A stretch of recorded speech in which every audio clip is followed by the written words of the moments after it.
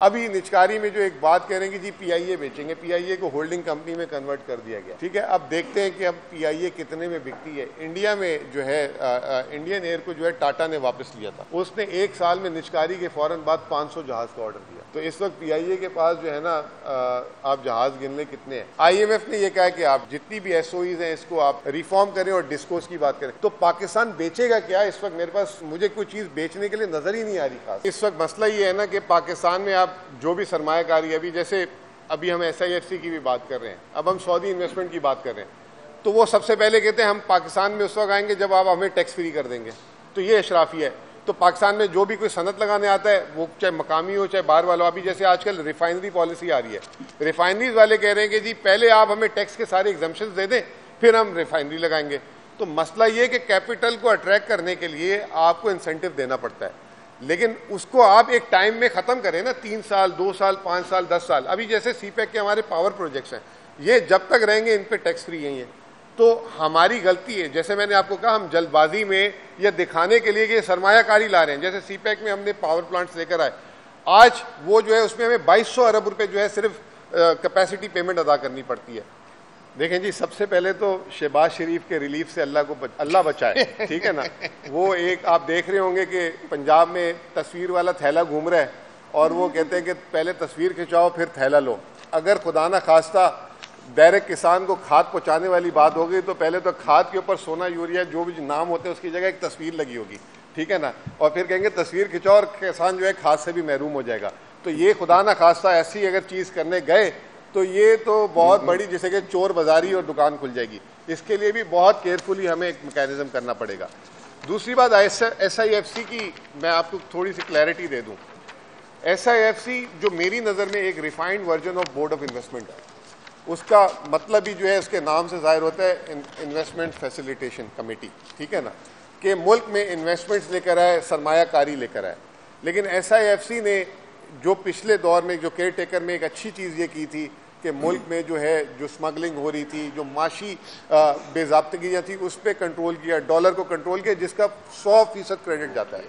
لیکن ابھی تک سرمایہ کاری اور سرمایہ کاری یہ بھی نہیں ہے کہ راتوں رات آ جاتی ہے، ٹیکس ٹائم.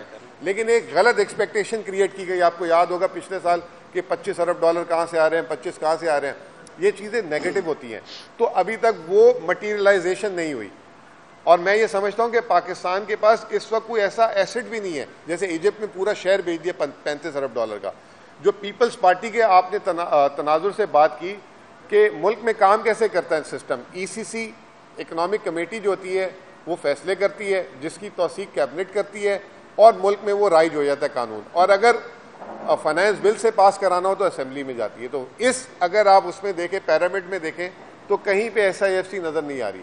لیکن آج ہم نے دیکھا بلکہ کیئر ٹیکر گورنمنٹ میں ہم نے دیکھا کہ ای سی سی کیبنٹ پھر ایس آئی ایف سی اس طرح کر کے فیصلہ ہو رہا تھا. اب کیونکہ گورنمنٹ آ چکی ہوئی ہے آفیشلی تو یہ اس طریقے سے اس کو یا تو امینڈمنٹ کرانی پڑے گی جس میں پیپلز پارٹی رائٹ ہے.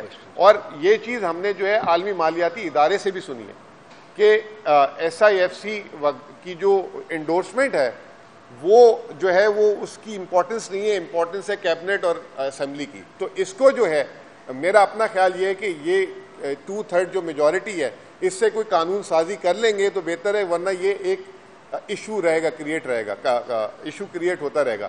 لیکن having said this, S I F C نے ریڈ ٹیپزم ختم کی ہے. ایس آئی ایف سی جو ہے فیصلے جلدی کروا لیتی ہے، یہ چیزیں ہوئی ہیں لیکن ابھی اس کو کانسٹیٹیوشنلی کور نہیں حاصل.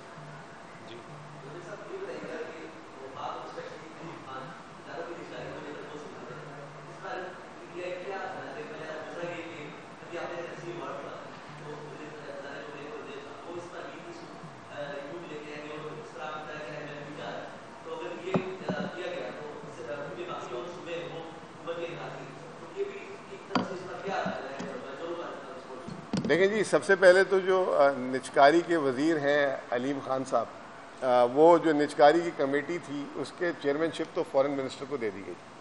پھر ابھی جو ہے نچکاری تو ہوئی نہیں، انہوں نے کہا تھا کہ میں تنخواہ نہیں لوں گا تو ان کو 11,000 کے نال کوئی ان کی ہاؤسنگ سوسائٹی کا ردا والا جو ہے اس کا کوئی سینکشن ہوا ہے. تو اب نچکاری پہ تو ان کا کوئی ابھی تک کوئی اسٹیٹمنٹ ہی نہیں سنا ہم نے کہ کیا نچکاری انہوں نے کرنی ہے، کیا کیا ان کے پلانز ہیں، نہ ان کی کوئی پریس کانفرنس سنی. وہ جو ہے شہباز شریف صاحب ہی کر رہے ہوتے ہیں, اسحاق ڈار صاحب نے لے لی. تو اب وہ نام کے بنائے گئے ہیں, نام اور کام دو چیزوں میں فرق ہوتا ہے. تو ابھی تک تو کوئی سامنے چیز نہیں آئی. ابھی نچکاری میں جو ایک بات کہہ رہے ہیں کہ جی پی آئی اے بیچیں گے, پی آئی اے کو ہولڈنگ کمپنی میں کنورٹ کر دیا گیا. ٹھیک ہے, اب دیکھتے ہیں کہ اب پی آئی اے کتنے میں بکتی ہے. انڈیا میں جو ہے انڈین ایئر کو جو ہے ٹاٹا نے واپس لیا تھا, اس نے ایک سال میں نچکاری کے فوراً بعد 500 جہاز کا آرڈر دیا. تو اس وقت پی آئی اے کے پاس جو ہے نا آپ جہاز گن لیں کتنے ہیں. تو یہ دیکھتے ہیں کہ وہ نچکاری صرف ایسے سودا لکھوانے والی ہوگی یا باقاعدہ جس طریقے سے انڈیا میں یہ کہیں ہو رہی ہے کہ پاکستان میں اتنے وہ جہاز لائیں گے. یہ دوسرا ایئرپورٹوں کی بات ہو رہی ہے, ایئرپورٹوں سے بھی کوئی اتنی وہ آؤٹ سورسنگ کی بات ہو رہی ہے, اس کی نچکاری کی بات نہیں ہو رہی. آئی ایم ایف نے یہ کہا کہ آپ جتنی بھی ایس او ایز ہیں اس کو آپ ریفارم کریں اور ڈسکوز کی بات کریں. تو پاکستان بیچے گا کیا؟ اس وقت میرے پاس مجھے کوئی چیز بیچنے کے لیے نظر ہی نہیں آ رہی خاص, جس سے اب ایجپٹ نے پورا شہر بیچا $35 ارب کا یو اے ای کو. تو اب ہم دیکھتے ہیں آنے والے دنوں میں کہ کیا چیز جو ہے کریٹ ہوتی ہے یا کیا ٹارگٹس ہیں. جو پچھلے سال ہم نے سنے تھے 25 ارب 30 ارب پتہ نہیں, ان میں سے تو اس کا جو ہے نا 1% بھی نہیں آ سکا. جی ثانی صاحب عبدل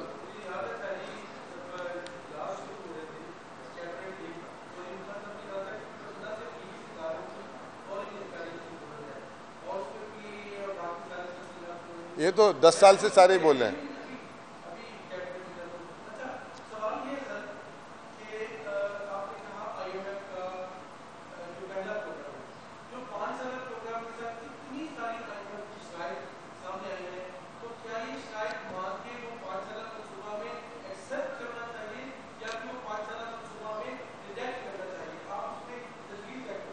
دیکھیں بات یہ ہے کہ یہ جو پروگرام جو ہے اس کی جو وہ خد و خال دیتے ہیں اور جو وہ شرائط رکھتے ہیں, اس کو جو ہے ہمیں, کیونکہ ہمیں فائنینشیل ایمرجنسی تو ہے, اس کی چکر میں کہیں ہم یہ نہ ہو کہ ساری چیزیں ہم ہاں کر دیں, کہیں یہ نہ ہو کہ وہ ہمارے گلے کا ہار بن جائے.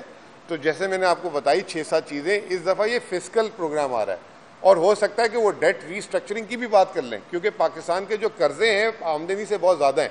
اگر ٹیکس یا تو دو طریقے ہیں, یا ڈیٹ ریسٹرکچرنگ ہو جائے گی یا ملک میں اتنا وہ ٹیکس لگانے جا رہے ہیں کہ وہ ٹیکس لگا دیں تاکہ جو ہے حکومت اپنے قرضے بھی دے دے, صوبوں کو بھی پیسہ دے دے. اگر وہ ٹیکس لگنے جاتے ہیں تو کس پہ آئے گا؟ وہ میرے آپ پہ, عوام پہ آئے گا. دوسری بات یہ کہ آئی ایم ایف جو ہے, ایک میں امپورٹنٹ بات تھی جو بولنا بھول گیا اس میں, ہم سیاسی حکومتوں کی تو بات کرتے ہیں اکاؤنٹیبلٹی کی کہ انہوں نے یہ غلطی کر دی, اس کی وجہ سے یہ ہو گیا. کبھی ہم نے آئی ایم ایف پہ بولا کہ آپ نے یہ غلط ہمیں جو ہے پالیسی بتائی تھی جس کی وجہ سے ملک میں مہنگائی ہو گئی, یہ ہو گئی. ایک چھوٹی سی مثال دیتا ہوں کہ آج سے پہلے تک جتنے پروگرام تھے آئی ایم ایف کہتی رہی کہ جی بجلی کے ریٹ بڑھا دیں, گیس کے ریٹ بڑھا دیں, گردشی قرضے کم ہو جائیں گے. اب آئی ایم ایف کہہ رہی ہے کہ نہیں, آپ کو لاسز کٹ کرنے پڑیں گے, اپنی کاسٹ کو نیچے لانا پڑے گا, ورنہ یہ گردشی قرضے ختم نہیں ہوں گے. اس کی چکر میں 16 روپے سے 60 روپے بجلی چلی گئی, وہ جس سے ہمارے کارخانے تباہ ہو گئے, صنعت تباہ ہو گئی, یہ ساری چیزیں ہو گئی. دوسری چیز آئی ایم ایف کہتی ہے ریئل اسٹیٹ پہ ٹیکس لگائیں. اب میں آپ کو بڑی مزے کی بات بتاتا ہوں کہ نان فائلر اس وقت اگر زمین خریدتا ہے, ریئل اسٹیٹ خریدتا ہے, تو 23% اس کو ٹیکس دینا پڑے گا, 23%, جس کی وجہ سے کے پی جیسے صوبے میں 2 سال سے کوئی پراپرٹی ٹرانسفر آفیشیل ہو ہی نہیں رہی, لوگ اسٹامپ پیپر پہ اسٹامپے لگائے جا رہے ہیں. تو ادھر آئی ایم ایف نے ٹیکس بڑھوا دیا کہ جی حکومت کو آمدنی ہوگی, اب وفاقی حکومت کو بھی لاس ہو رہا ہے, صوبائی حکومت کو بھی لاس ہو رہا ہے. تو آئی ایم ایف سے آنکھوں میں آنکھیں ڈال کے ان سے ڈیبیٹ کرنی ہوگی, بجائے آپ ان کی ڈکٹیشن لے لیں اور اس ڈکٹیشن پہ وہ کر دیں اور پھر آپ کا ملک جو ہے الٹا اور چوک ہو جائے. تو میں سمجھتا ہوں یہ بھی بہت ایک امپورٹنٹ بات تھی جو میں رب صاحب آپ بھی سنیں, آپ کو مزہ آئے گا یہ بات سن کے, کہ آئی ایم ایف نے دنیا میں سب سے زیادہ پروگرام ہیٹی کو دیے ہیں, 30 پروگرام, اور پاکستان نے 24 پروگرام دیے ہیں. پروگرامز کے اعتبار سے دنیا کا 5ویں نمبر پہ پاکستان ملک آتا ہے آئی ایم ایف پروگرام لینے پہ. اب وہ ایک الگ بحث ہے ہم نے کتنے مکمل کیے کتنے نامکمل کیے. اس سے آپ اندازہ لگا لیں کہ آئی ایم ایف کی بھی پاکستان کے معاشی معاملات میں وہ بھی ٹریننگ لے رہا ہے, ٹھیک ہے نا, پاکستان پہ, اور وہ پھر سیکھتا ہے, پھر وہ نئی چیز لاتا ہے, وہ کرتا ہے. تو یہ چیز ہمارے مقامی طور پہ ان کو جو ہے ہیلپ کرنی پڑے گی اور ہمیں ان کے ساتھ بات کرنی پڑے گی, پراپر ڈسکشن کریں, پروفیشنلی ڈسکشن کریں, اور پھر اس کے بعد کنسنسس کریٹ کریں اور پھر اگلے پروگرام کو لے کے جائیں. انشاءاللہ تعالیٰ پاکستان بہت فائدے میں رہے گا, لیکن مسئلہ یہ ہے کہ کنسنسس کون کرے گا. جو مینڈیٹڈ گورنمنٹ تھی جو جیتی تھی وہ کرواتے تو زیادہ اچھا تھا. اب یہ کنسنسس ہی نہیں بلڈ ہوگا, تو یہ بھی ایک پرابلم ہے. پہلے تو پی ڈی ایم اپنے اندر کنسنسس کریٹ کر لینا, ان کے بھی ایشوز ہیں. جی شیخ صاحب لاسٹ کویسچن پلیز.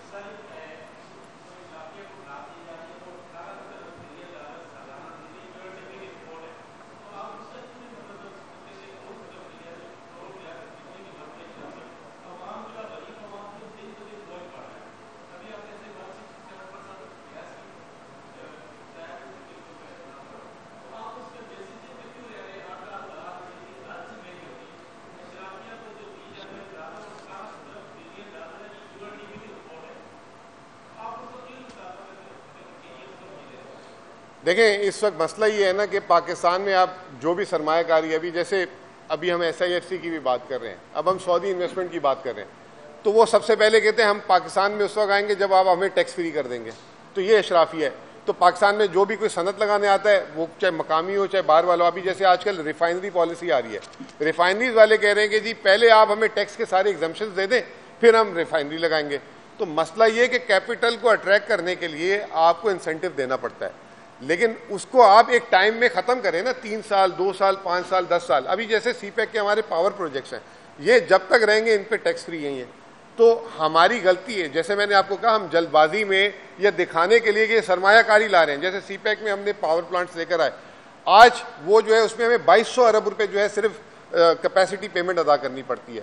تو ہمارا جو نیگوشیٹ کرنے کا طریقہ ہے وہ بڑا خراب ہے. اس میں میں بات کلوز کروں گا ایک بات کر کے. ایجپٹ نے ابھی $35 ارب کا جو لینڈ بیچا یو اے ای کو, انہوں نے یہ کہا ہے کہ آپ سرمایہ کاری اس کے اوپر کریں گے اور اس کے جتنا بھی شیئر ہوگا پروفٹ کا 35% وہ ایجپٹ کو اس میں بھی پروفٹ بھی دیں گے. تو ہمیں اپنے ایگریمنٹس اچھے کرنے چاہیے. ہمیں جلد بازی میں عجلت میں ہم ایگریمنٹس کر دیتے ہیں, پھر وہی اشرافیہ اس کا فائدہ لیتی ہے, کورٹ میں جاتی ہے, آپ پہ کیس کرتی ہے. اب چھوٹی سی مثال میری کے پی کی لے لیں. کے پی کے آج جو پیٹرول نکلتا ہے 42% پاکستان کا پیٹرول کے پی کے سے جو ہے نکل رہا ہے. اس میں یہ تھا معاہدہ کہ جی $40 جو ہے قیمت سے اوپر اگر قیمت جائے گی تو اس کی پروفٹ شیئرنگ ہوگی آئل کمپنی, حکومت پاکستان اور کے پی کے کی گورنمنٹ. اب جب وہ 2012 کی پالیسی آئی, جب پیسے لینے کی باری آئی تو ان پیٹرولیم کمپنیز نے سٹے لے لیا بجا کے. اب وہ سٹے کی وجہ سے اربوں روپے حکومت پاکستان کو جو پروفٹ, ابھی $90 آئل کی پرائس چل رہی ہے, $40 میں آئل کمپنیاں لے کے جا رہی ہے, سارا منافع وہ آئل کمپنیاں رکھ رہی ہیں, جس میں پاکستان کی آئل کمپنیاں بھی جو بڑی بڑی اس پہ نام ہے.